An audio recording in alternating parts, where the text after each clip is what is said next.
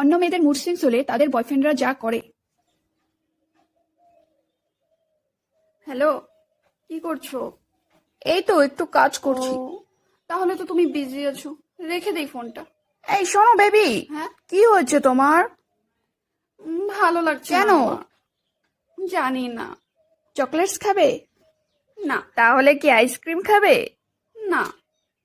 তাহলে তুমি ঝটপট করে রেডি হয়ে যাও, আমরা ঘুরতে যাব। ঠিক আছে বেবি? ঠিক আছে।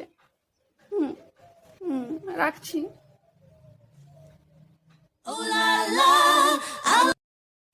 আর আমার মুড সুইংস হলে আমার বয়ফ্রেন্ড যা করে। হ্যালো, কি করছো? এই তো বসে আছি। বসে আছো, তাহলে ফোন কেন করোনি? না, আমার কাজ ছিল একটু আগে। আমার ভালো লাগছে না, জানো না, কিছু কোনো কিছুই ভালো লাগছে না আমার। কেন? জানি না। এই শোনো, আমি এখন রাখছি, কাজ আছে। আমি তোমাকে বলছি আমার ভালো লাগছে না, আর তুমি ফোন রেখে দেবে বলছো।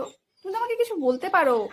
না না, তুমি তো আমাকে কিছু বলতে পারো যে তোমার কেন মন খারাপ লাগছে বা কি করলে তোমার ভালো লাগবে।